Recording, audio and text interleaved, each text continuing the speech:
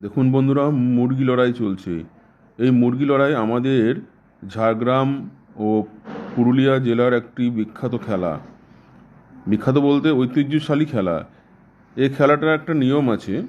এই খেলাতে দুটো মোরগের পায়ে কাত মানে চাকু বেঁধে দেওয়া হয়। যে মোরগটি মরে যাবে সেই মোরগটিকে জীবিত মোরগের মালিক নিয়ে নেবে। আর মরে যাওয়া মোরগটিকে পাহুড় বলা হয়। এই পাহুড়ের মাংস ঝাড়গ্রাম, বাঁকুড়া, পুরুলিয়া জেলাতে খুব বেশি পরিমাণে চলে। আর শুনেছি নাকি খুব সুস্বাদু হয় এই মাংস খেতে।